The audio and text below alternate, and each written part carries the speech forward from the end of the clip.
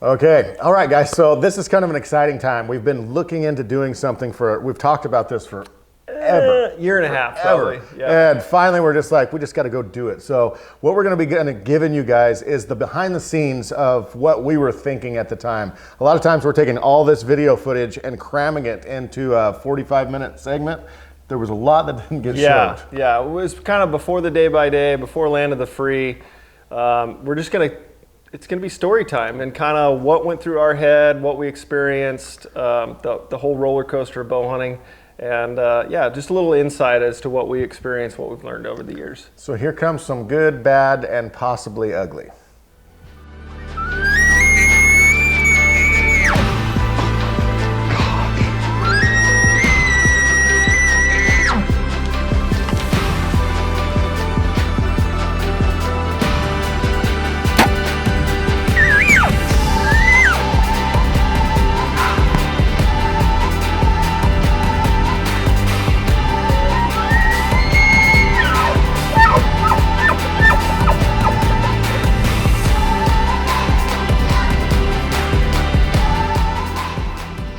So to kind of set the scene for you guys, it's this hunt right here.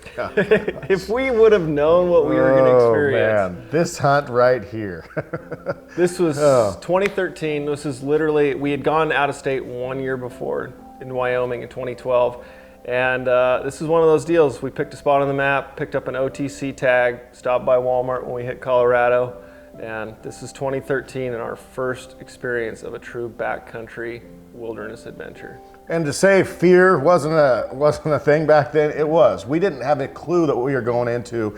All we knew is that we were trying to go deeper, kind of into different spots. And what was the limit of that? We were going to just go until we found elk. This was all about putting ourselves out of our comfort zone. Let's go do this, and hopefully let's find an elk in the way. And I live at about, I don't know, 37 feet elevation where I live right here.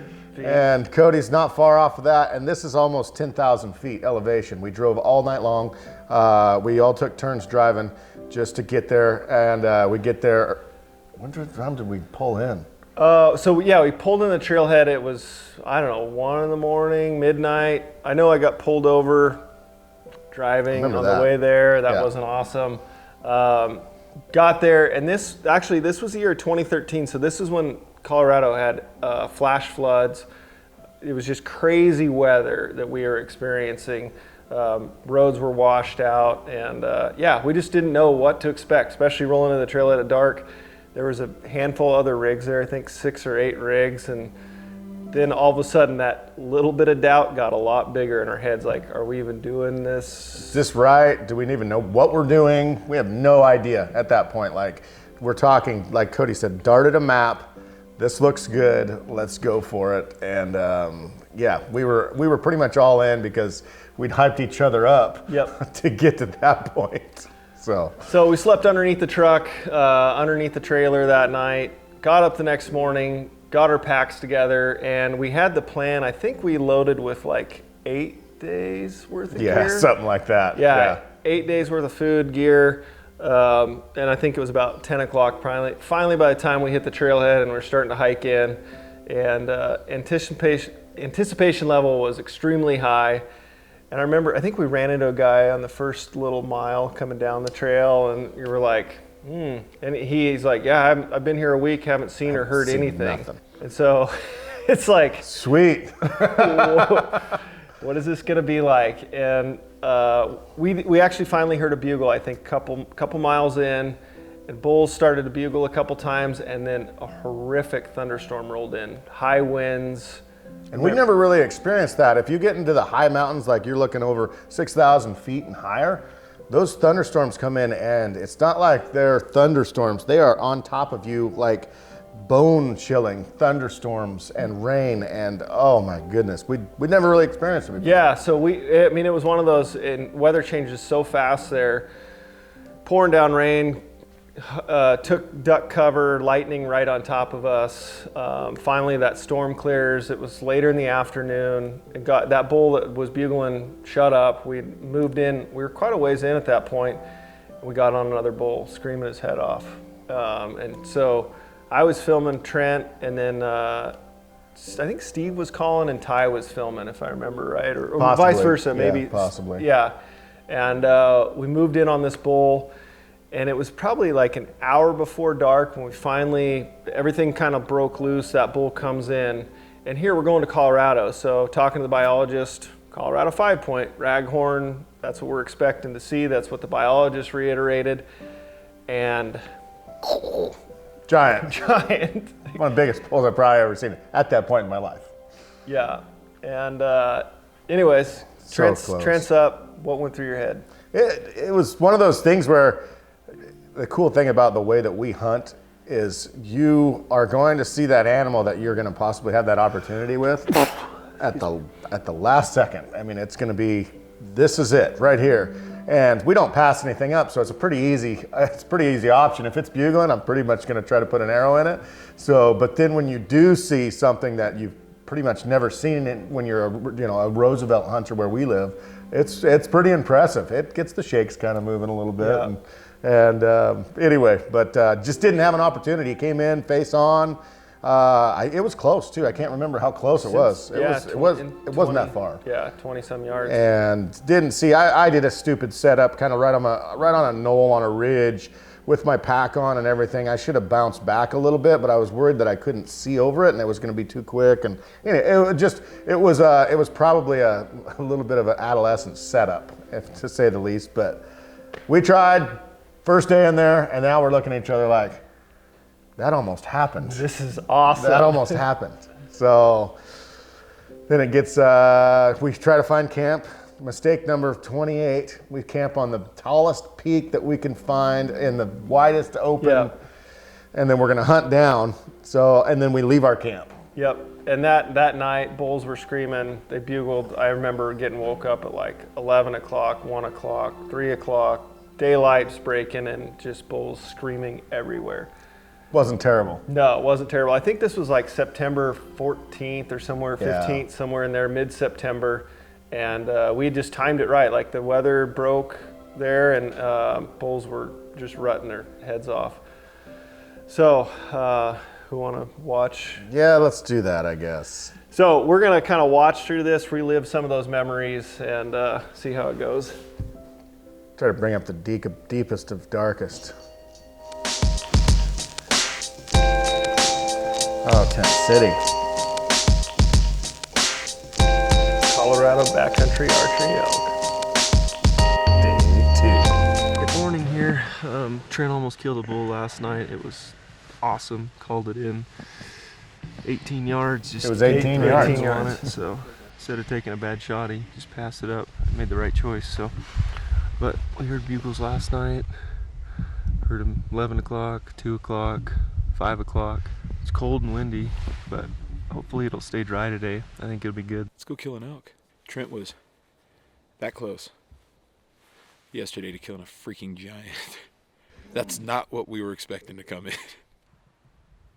I remember standing there on that ridge and just like, it was just like bull, bull, bull. I just remember it was like a pinnacle flat, and then it's just everywhere. Down there.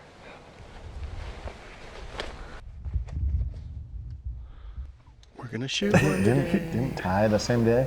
Huh? Was that the same day Ty? No, Steve. Steve. Yep. 3 point. 4 point. Yep.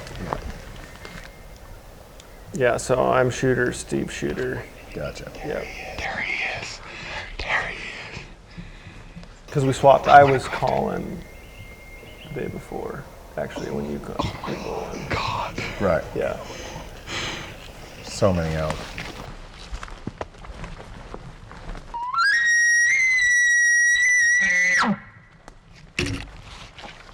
Blind kid. Bull. Just say something. We've had like 5 breaks since we left camp. And we've only gone 200 yards. And there's bulls bugling every else ever. There's gotta be 50 bulls down 50 bulls. Screw it all up.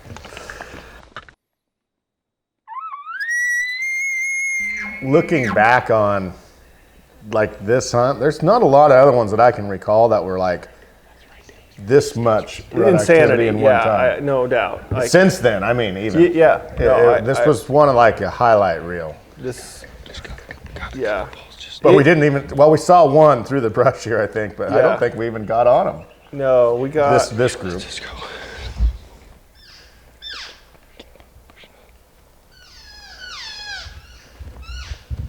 Blowdown. I love the old Exos, the old. That was the prototype when we broke into Lenny's Forerunner at midnight. Prototypes.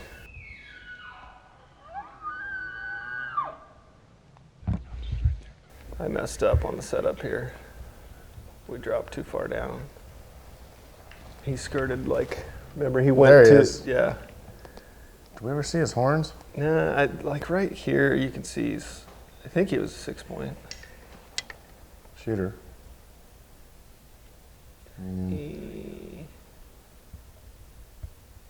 So bad.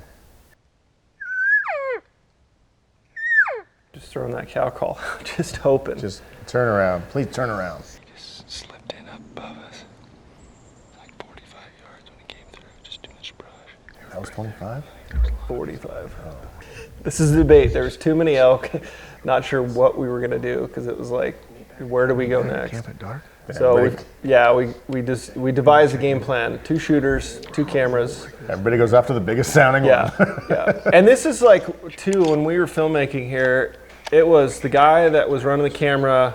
No binoculars, no calls, no bow. Like we had set ground rules up because we didn't want things to happen where the guy missed the shot instead of picked up his binoculars or anything like that. So it's definitely some lessons learned. Those decisions may come back into play here after a while.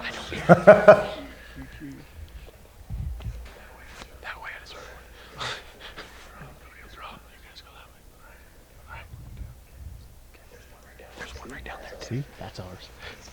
So we're going like this. You're gonna bull, just bugle down here. You're gonna get tired of listening of hearing that exact statement right there. Early vlogging. Yeah. I think this is where that calf came running up.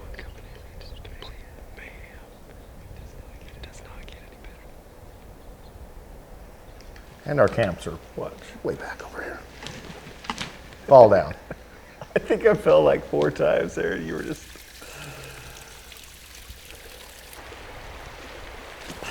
I didn't. No, I didn't. No, I didn't. Quick crossing.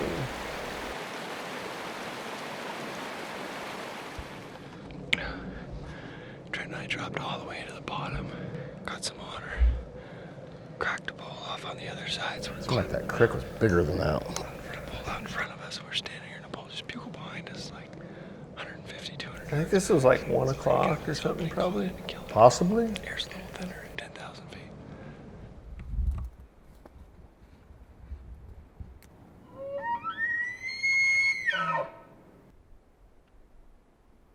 This is it, though, right? This is it, yeah. So I just remember, so that log. I remember the log. Yeah, that right there. In real life, that was like not as dark. So when it walked through there, it was.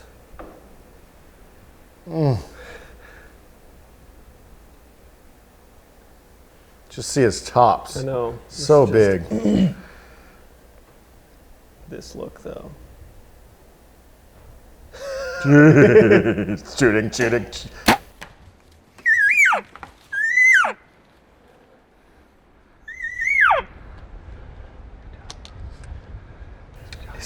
His giant. I remember this in the camera. You got that little screen, and then you just see the sun on those horns. I went, oh my goodness. This is the death run. Just frozen, just like. Didn't move, did you? The shot tight behind the shoulder. I remember he kind of like. He was quartered a little bit. Yeah. I was nervous as could be. I don't know. It looked like his 6 feet. They were so big. The look on my face is just So like that's how it big. goes.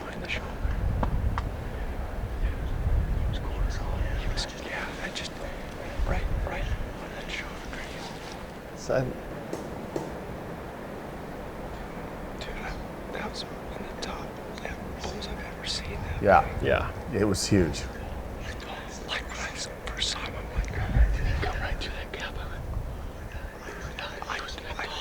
I just like, that's a 400. It's a 400 inches.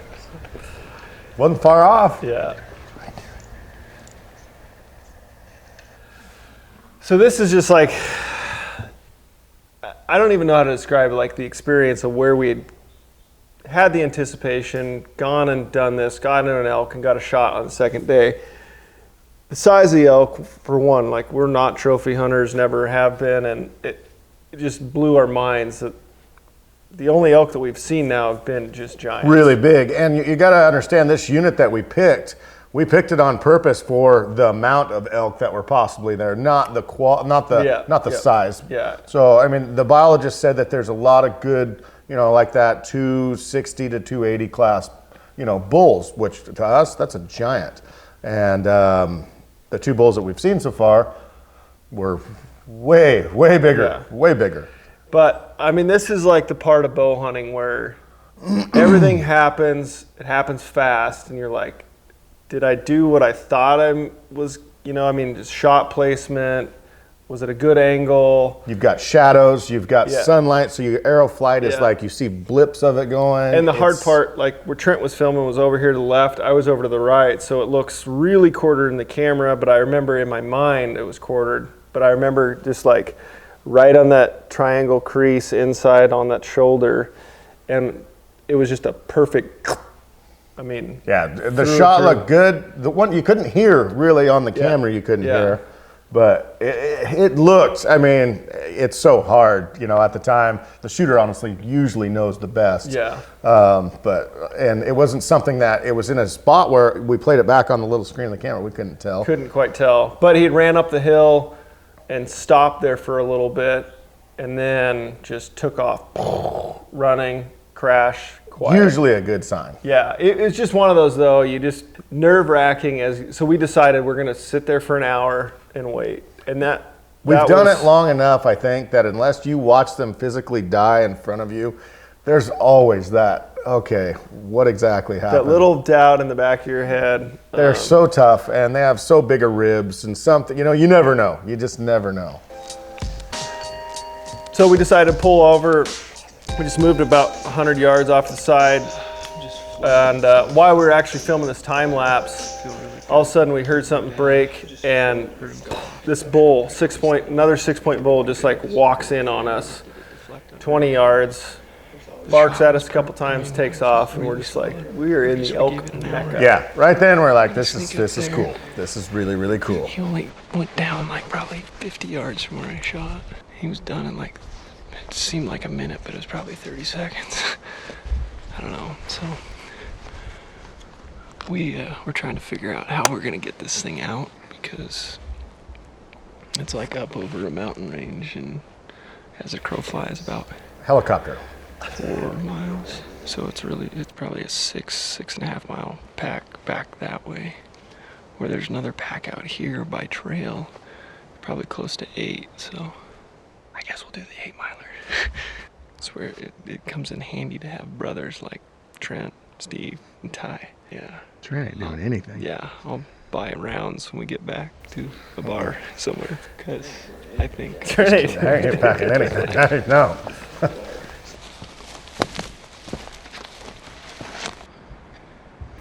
Possibly.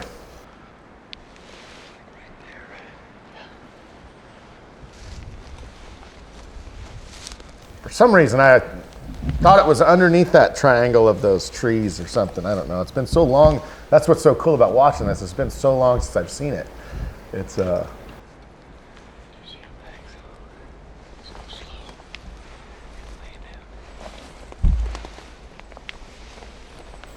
just horns. Yeah. oh my gosh.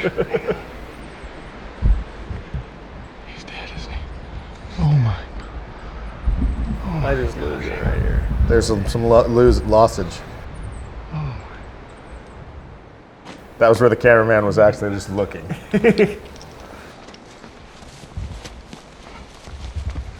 Yeah, and he ended up going like that death run he did, just went 40 yards and just crashed. But we still gave it a lot. We gave it quite a bit of time, actually. But we had the time. It wasn't like it was getting dark, you know. And that's a play that, you know, you can make as far as just give the time you have, give the weather you have. Okay, it wasn't going to rain. It was nice out and everything, and so we could easily give it as much time as we wanted, you know. Yeah.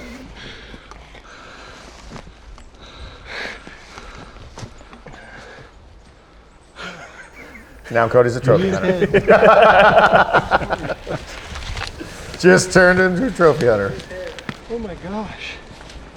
Dude. It's a beautiful bull. I just remember just being in disbelief. I've never seen anything like this. But it was that big when it came in. I mean, it was all of that. There was no ground shrinkage on that one.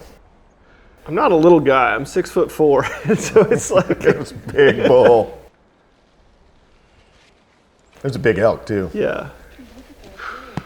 Big old elk. I'm speechless, dude. I don't know. Stinky. Remember that? Oh yeah. They were rutting so hard. It just smelled everywhere we walked, honestly. It just reeked of elk. It was one of those places that was just, at that time, pretty magical. Got my arrow. Complete pass through. And like Kody said, it was right there. It was tight on the shoulder. It came out back. It came out just in front of the Yeah, hind it's quarter. like you're right through the guts, basically mid between the ribs and the. So you're looking one lung, maybe the back of the other lung, possibly, and back into diaphragm, liver, all of that. Yeah, and it was actually blood trail. I don't remember being much of a blood trail. Not too much. Yeah. We didn't walk up too far before we saw him, though. Oh, this one's going to Timberline. Steve You want the cape? You want the cape? Well, we're gonna get some pictures and get this thing taken care of. So, why don't you put another one down? It's going number 2. Winter Hill, congratulations again, and we'll talk to you guys after a while.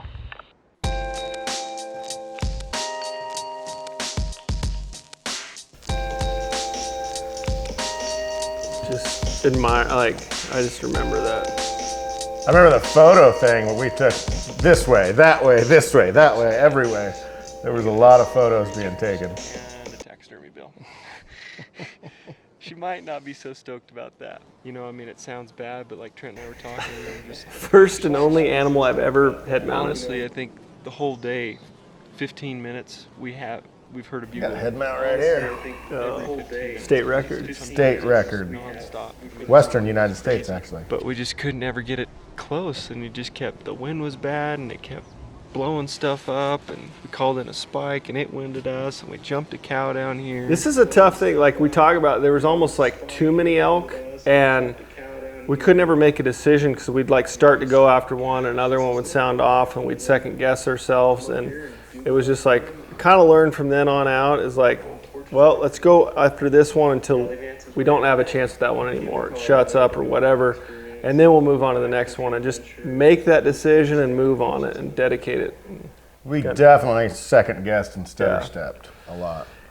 So this is where things get real interesting. So we're taking care of this bull. yeah, we're breaking it down, and we're talking just like we are right now. Yeah. I mean, we are not, maybe even louder, hooping, hollering, because we're good to go. We're done. Yeah, we got this thing. Stick breaks. And this bull bugles from 30 yards. Yeah. Screams at us from 30 yards. We're like, what in the world? And then we look up, and I'm over the carcass with a bloody knife like this. Cody's back behind me. Well, no, you went to your pack at this point. Is that where I was? Yeah. I was. I went and picked I up remember the I camera. had blood all over my hands, and I was just sitting there. Yeah. And this thing walks. Dude, I'm still convinced that bull's bigger than the one we just killed. I don't know. Remember we were talking earlier about not having a bow if you're a camera guy? Yeah, that's a big bull. Trent literally had his bow strapped to his pack that morning in the dark, and Ty goes, well, that's breaking the rule. What are you doing? Yeah. And I'm like, well, what if because we were hearing all these bulls, what if we have a chance at 2 of them? And he's just like, cameraman's cameraman. That's the way it is. And I honestly thought, you know what? Yeah, you're right. Okay, yeah, that is true. So I took my bow off, and I'm sitting there with this bull of a lifetime, one of the bigger bulls I've ever seen in my life. And he's 30 yards from me, and I'm waiting at any time for him just to bolt, just to run away. He was here for 7 minutes. Is what the clip. Yeah, 7:14 or something like that. So Trent's at the packs, and the funny thing is, Trent's actually left-handed. I'm right-handed. I shoot a bow left-handed. He shoots a bow right-handed. Yeah, it's a little ambidextrous. Yeah, or eye dominance, and then, holy. His right side's pretty impressive. He's got that 7th point on his G4. Yeah.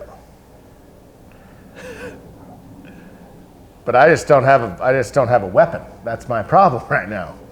I got Kody's bow, who has a 31-inch draw length. I'm a 29-inch draw length. And as far as ethics go, that's just like a slap in the face. Such a slap in the face. I like your reaction.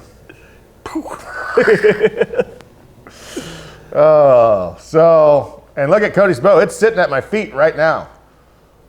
I could have tried it because the closest he got was what, like it was 22 yards. I mean, he was pretty close. And like Kody said, for 7 minutes he was there. And then slowly he just kind of disappears into the woods right here. Walked out of our lives forever. It's just like, I just wanted to just throat punch Ty. That sucks.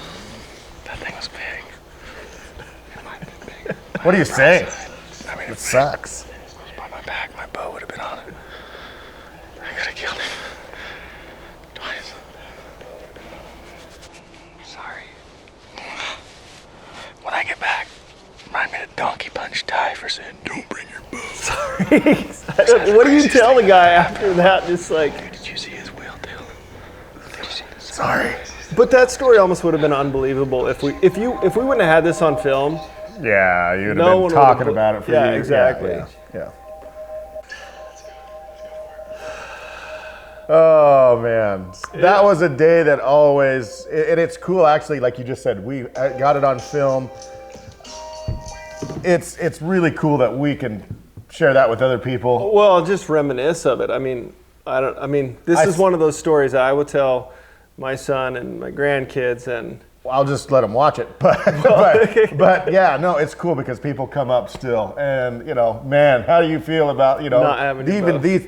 So it was years ago, and anyway, it was just one of those neat things that if we didn't have a camera and we weren't doing what we were doing at the time, it would have just been a story. It would have been another story. Yeah, no, it definitely was lesson learned. We've kind of modified the plan of Camera Guy a little bit. But not always. I mean, we still do the one bow kind of thing at times too. But yeah, when you're around them that thick, bring your bow. Bring your bow. Yeah, it was one of those love-hate relationships. Yeah, there you go. Of, there you go. Filmmaking and doing all that. But this is one of those things. Like this adventure was second to none. I still don't think we've had an experience on a trip. We dedicated 2 weeks. So the first week it was Ty, Steve, Trent, and I, and then Trevor and Daryl came out halfway through the trip. I went into town, picked them up, and went back in. It was just a crazy experience throughout this week. We've got another story we'll touch on later on here. Just kind of the roller coasters of bow hunting and what that goes on.